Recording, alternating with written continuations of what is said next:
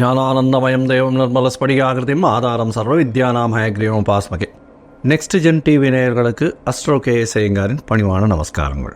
வார பலன் 24/6/2024 30/6/2024 வரலும் உண்டான வாரத்திற்கு என்னென்ன பலன் மேஷம் முதல் மீன வரை அப்படின்றத பார்ப்போம். அதற்கு முன்னாடி இந்த வாரத்தில் இருக்கக்கூடிய கோல்சாரம் என்ன, இந்த வாரத்தில் வரக்கூடிய விசேஷ நாட்கள் என்ன, அதற்கு பிறகு இந்த வாரத்தில் எந்தெந்த ராசிக்காரர்களுக்கு சந்திராஷ்டமம் அப்படின்னு வருஷப்படுத்திக்கலாம். இந்த வாரத்தில் கோல்சாரம் அப்படின்னு சொல்லும்போது காலபுருஷ தத்துவத்தின் முதல் ராசியான மேஷத்தில் செவ்வாய், ரிஷபத்தில் குரு, மிதுனத்தில் சூரியன், புதன் மற்றும் சுக்கிரன், கன்னியில் கேது, கும்பத்தில் சனி, மீனத்தில் ராகு. சந்திர பகவான் இந்த வாரம் அதிவேகமாக செல்லக்கூடிய கிரகம்னு சொல்கிற சந்திர பகவான் உத்திராட நட்சத்திரம் 2ஆம் பாதம் மகர ராசியிலிருந்து மேஷ ராசி அஸ்வினி நட்சத்திரம் வரலும் போகிறார். அதாவது மகரம், கும்பம், மீனம், மேஷம் இந்த 4 ராசி போகிறார். இந்த வாரத்தில் இன்னொரு பயிற்சி இருக்குது. புத பகவான் மிதுனத்திலிருந்து கடகத்திற்கு போகிறார். அதாவது 26/6/2024 வரணும். ஆனால் அன்னைக்கு மிதுனத்திலிருந்து கடகத்துக்கு போகிறார். இந்த வாரத்தில் இருக்கக்கூடிய விசேஷ நாட்கள் அப்படின்னு பார்த்தோம்னா 25/6/2024 ஸ்ரவண விரதம். ஸ்ரவண விரதம்னு சொல்லக்கூடியது வைணவர்களுக்கு மிகவும் ஏற்றது. திரு ஓணம் அப்படின்னு சொல்லக்கூடியது. ஸ்ரவணம் அப்படின்றது திரு ஓணம். 2 நட்சத்திரங்கள் தான் திருன்ற அடைமொழி கொடுக்கப்பட்டிருக்கு. ஒன்று திரு ஓணம், இன்னொன்று திரு ஆதிரை. திரு ஓணம் பெருமாளுக்கு உண்டான நட்சத்திரம், திரு ஆதிரை சிவபெருமானுக்கு உண்டான நட்சத்திரம். ஸோ இதனால் ரெண்டுமே மிகுந்த ஏற்றம் பெறக்கூடிய நட்சத்திரங்களாக சொல்லக்கூடியது. திருவோணம் மகர ராசியில் வருது. ஓணம் மிகப்பெரிய ஏற்றமான நட்சத்திரம். மகர ராசியில் சனி பகவானுடைய ராசியில் சந்திரனுடைய நட்சத்திரம், சமசப்தமாதிபதினு சொல்லக்கூடிய சந்திரனுடைய நட்சத்திரம். நல்ல ஒரு ஏற்றம். இந்த திருவோணத்திற்கு விரதம் இருக்கிறது ரொம்ப விசேஷம். ஸ்ரவண விரதம் இருந்து வீட்டில், அதாவது இப்போ எந்த ஒரு காரியத்தையும் எடுத்து நல்லபடியாக நடக்கணும்னு வேண்டிண்டு ஸ்ரவண விரதம் இருக்கிறது ரொம்ப விசேஷம். இந்த காலகட்டத்தில் இந்த விரதத்தப்போ அந்த சொஜ்ஜி பண்ணி சாப்பிடுவா, ஸ்வீட் பண்ணி சாப்பிடுவா. இது உப்பு, காரம், புளிப்பு இதெல்லாம் எடுக்கிறது கிடையாது. இந்த 25ஆம் தேதியே சங்கடஹர சதுர்த்தி, அதாவது தேய்பிரையில் வரக்கூடிய சதுர்த்தி. ஏன்னா இப்போ அடுத்து அமாவாசை வந்துடும். பௌர்ணமி முடிஞ்சு இப்போ அமாவாசைக்கு போகிறது. அதனால் தேய்பிரையில் இருக்கக்கூடிய சதுர்த்தி. தேய்பிரை சதுர்த்தி அப்படின்னும் போது நம்மளுக்கு உண்டான விஷயங்கள், அதாவது தீயது எல்லாமே போகணும் அப்படின்னு வேண்டிக்கணும். அதாவது எப்படி அப்படின்னா, நம்மக்கிட்ட என்னென்னலாம் பிரச்சனைகள் இருக்கோ அந்த பிரச்சனை போகணும்னு வேண்டிக்கணும். எனக்கு ஏதாவது பண பிரச்சனை இருக்குது, எனக்கு வீட்டில் கஷ்டம் இருக்குது, நோய் இருக்குது, உபாதைகள் இருக்குது. அதை தவிர இந்த இதில் படிக்கக்கூடிய மாணவர்களுக்கு பிரச்சனைகள், அதாவது என்ன பிரச்சனை அப்படின்னா படிக்கக்கூடிய மாணவர்கள் ஞாபக மறதி அதிகமாக இருக்குது. இதெல்லாம் விநாயகர்கிட்ட போய் வேண்டிண்டு ஒரு 9 பிரதட்சணம் விநாயகர் கோயிலுக்கு போய் சுற்றிட்டு ஒரு தேங்காயை உடைச்சிட்டு ஒரு 9 தோப்புக்கரணம் போட்டுட்டு வர்றதன் மூலியமாக நல்ல ஒரு ஏற்றமும் மாற்றமும் வரக்கூடிய காலகட்டமாக அமையும். இந்த வாரத்தில் பார்த்தலையானால் எந்தெந்த ராசிக்காரர்களுக்கு சந்திராஷ்டமம் அப்படின்னு பார்க்கும்பொழுது மிதுன ராசி, கடகம், சிம்மம், கன்னி இந்த 4 ராசிக்கு சந்திராஷ்டம காலம் வருது. இந்த சந்திராஷ்டம காலம் அப்படின்னா உங்களுடைய பிறந்த ராசிக்கு இப்போ இருக்கக்கூடிய கோச்சாரத்தில் சந்திரன் 8ஆம் இடத்துல மறையக்கூடிய காலகட்டத்தை சந்திராஷ்டமம்னு சொல்கிறோம். சந்திராஷ்டமம் ஏன் ரொம்ப முக்கியத்துவம் பெறுறது அப்படின்னு பார்த்தோன்னா, சந்திர பகவான்றவர் மதிகாரகன். மதிகாரகன் மறைந்து இருக்கக்கூடிய காலத்தில் தவறான முடிவுகள் எடுக்கக்கூடும். அதனால் வெளியூர் வெளிமாநில பிரயாணங்கள் வேண்டாம். அதை தவிர புது முயற்சிகள் வேண்டாம் அப்படின்னு சொல்கிறோம். யாருக்கும் ஜாமீன் கையெழுத்து போடுறது, தேவையில்லாமல் வார்த்தைகளை விடுறது, இதெல்லாம் கொஞ்சம் கட்டுப்பாட்டில் இருக்கிறது ரொம்பவும் நல்லது. இந்த காலகட்டத்தில் ஒரு வேளை நீங்கள் பண்ண வேண்டிய கட்டாயத்தில் இருந்தீர்களே ஆனால் சந்திர பகவானுக்கு உண்டான எளிய பரிகாரம்னு சொல்லக்கூடிய பச்சரிசியும் நெல் இது உங்களால் முடிஞ்ச அளவுக்கு பக்கத்தில் இருக்கிற விநாயகர் கோவிலில் கொடுத்துட்டு போங்க. அதன் மூலியமாக சந்திராஷ்டமத்தின் தாக்கம் நிச்சயமாக குறையும் அப்படின்றத சொல்கிறேன்.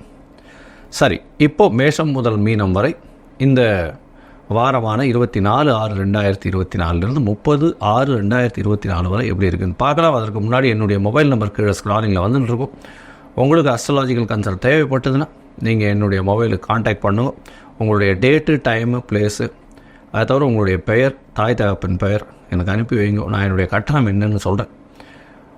உங்களுடைய அதாவது டைமை வச்சு பாத சந்தி இருக்கா, அதாவது நட்சத்திர சந்தி, பாத சந்தி, நட்சத்திர சந்தி, அதை தவிர வந்து அந்த லக்ன சந்தி, லக்ன பாத சந்தி இதெல்லாம் இருக்கா அப்படின்றத பார்த்துட்டு, உங்களுடைய தசாபுக்தி அந்தரம் சூக்ஷ்மம் இதெல்லாம் எப்படி இருக்குன்றதையும் பார்த்துட்டு, உங்களுக்கு உண்டான எளிய பரிகாரம் அதை தவிர என்ன பலன்கள் அப்படின்றத சொல்கிறேன்.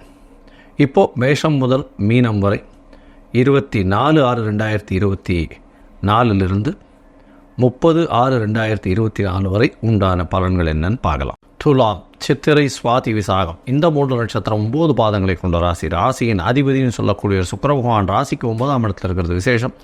ராசியின் 5ஆம் அதிபதி 5ஆம் இடத்திலும் 9ஆம் அதிபதி 9ஆம் இடத்திலும் இருக்கிறதும், ராசி அதிபதி 9ஆம் இடத்துல இருக்கிறதுனால இந்த 1, 5, 9 மிகப்பெரிய ஏற்றம் பெறுறதுனால மகாலட்சுமி யோகம்னு சொல்லக்கூடியது நல்ல ஒரு ஏற்றம் கிடைக்கக்கூடிய காலகட்டமாக இந்த வாரம் அமைய போகிறது. உங்களுடைய ராசிக்கு 6ஆம் இடத்துல ராகு பகவான் இருக்கிறது பெரிய ஏற்றம். எந்த ஒரு எதிரிகளும் இல்லாத நிலை இருக்கும். எந்த ஒரு போட்டியிலும் வெற்றி பெறக்கூடிய வாய்ப்புகள் நிச்சயமாக உண்டு. 8ஆம் இடத்தில் இருக்கக்கூடிய குரு பகவான் உங்களுடைய ராசிக்கு 2ஆம் இடத்தை பார்க்கறதுனால பணவரவிற்கு பஞ்சம் இருக்காது. இருந்தாலும் மறைந்த இடத்திலிருந்து செல்வம் வரக்கூடிய வாய்ப்புகள் நிச்சயமாக இருக்கும். உங்களுடைய ராசிக்கு பார்த்தாலேயானால் நல்ல ஒரு ஏற்றம். 12ஆம் இடத்தில் இருக்கக்கூடிய கேது பகவான் மூலியமாக உங்களுடைய சொந்த ஊருக்கு போய் அங்கே வந்து சித்தர் பீடங்கள் அதை தவிர வந்து உங்களுடைய மடாதிபதிகளை போய் சேவிச்சுட்டு வர்றதுக்கு உண்டான வாய்ப்புகள் மிகவும் அதிகமாக இருக்கும்.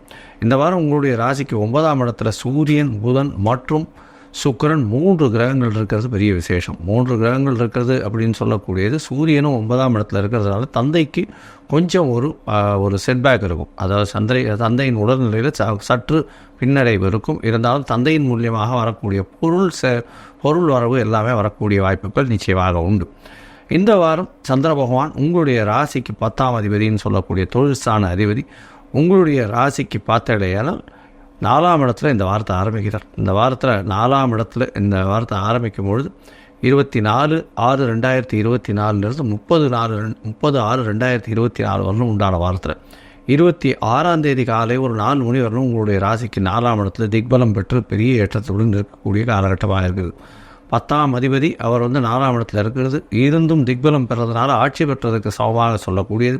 இதனால் தொழிலில் பெரிய அபிவிருத்தி ஏற்றம் இருக்கக்கூடிய காலகட்டம். படிக்கக்கூடிய மாணவர்களுக்கெல்லாம் பெரிய ஏற்றம் இருக்கக்கூடிய காலகட்டம். தாயின் உடல்நிலையில் நல்ல ஒரு சீரான ஒரு ஏற்றம் இருக்கக்கூடிய காலகட்டமாக அமைய போகிறது. உங்களுடைய ராசிக்கு 5ஆம் இடத்துல சந்திர பகவான் போகிறார். 26ஆம் தேதி காலை, அதாவது ஒரு 4:30 மணியிலிருந்து 28ஆம் தேதி காலை ஒரு 7:30 மணி வரலும் இருக்கக்கூடிய காலகட்டமாக இருக்குது. இப்போ புனர்ப்பு யோகம் ஏற்படுறது. ஏற்கனவே சனி பகவான் வக்கரகதியில் இருக்கார்.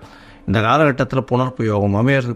5ஆம் இடத்துல போய் சனி பகவானும் சந்திர பகவானும் சேர்ந்து இருக்கிறதுனால புதிய பதவி, புகழ், அந்தஸ்து, கௌரவம்லாம் வரக்கூடிய வாய்ப்புகள் நிச்சயமாக உண்டு. திருமணமானவர்களுக்கு குழந்தை பிராப்தி ஏற்படக்கூடிய வாய்ப்புகள் நிச்சயமாக இருக்கும். குடும்பத்தில் நல்ல மகிழ்ச்சிகரமான செய்தி வரக்கூடிய வாய்ப்புகள் இந்த வாரத்தில் உண்டு. உங்களுடைய ராசிக்கு பார்த்தாலேயானால் 28ஆம் தேதியிலிருந்து 30ஆம் தேதி மாலை ஒரு 7:30 மணி வரலும் பார்த்தோம்னா உங்களுடைய ராசிக்கு சந்திர பகவான், அதாவது 28ஆம் தேதியிலேருந்து 30ஆம் தேதி காலை ஒரு 9:15 மணி வரலும் பார்த்தோம்னா சந்திர பகவான் உங்களுடைய ராசிக்கு 6ஆம் இடத்துல இருக்கார்.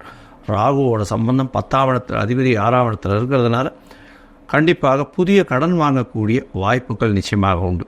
இந்த வாரத்தில் பார்த்தோம்னா எதிர்பாலினத்தவர் மூலியமாக நல்ல ஒரு ஏற்றம், நண்பர்கள் மூலியமாக நல்ல ஒரு ஏற்றம் இருக்கும். பேச்சில் மிகுந்த கவனமாக இருக்கிறது நல்லது. எதிர்பாலினத்தவர் மூலியமாகவும் கூட்டுத் தொழிலில் பெரிய ஏற்றம் கிடைக்கக்கூடிய காலகட்டமாக இருக்குது.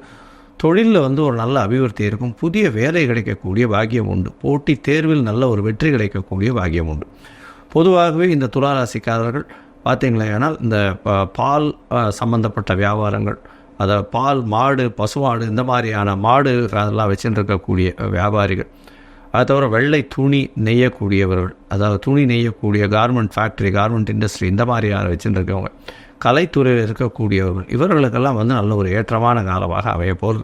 இந்த வாரத்தில் வந்து அருகில் இருக்கக்கூடிய ரங்கநாத பெருமாளை போய் சேவிச்சுட்டு வாங்க. நல்ல ஒரு ஏற்றம் கிடைக்கக்கூடிய காலகட்டம். முல்லைப்பூ வந்து ஒரு 6 முழம் வாங்கி அங்கே கொடுத்துட்டு வர்றதும், பாதாமும், திராட்சை, அதை தவிர ஏலக்காய், இந்த 3ம் வந்து பெருமாளுக்கு நைவேத்தியத்துக்கு எடுத்துன்னு போகும். உங்களுக்கு எல்லா விதமான வெற்றிகளும் வந்து சேரும். லோகா சமஸ்தா சுகினோ பவந்து. நன்றி, நமஸ்காரம்.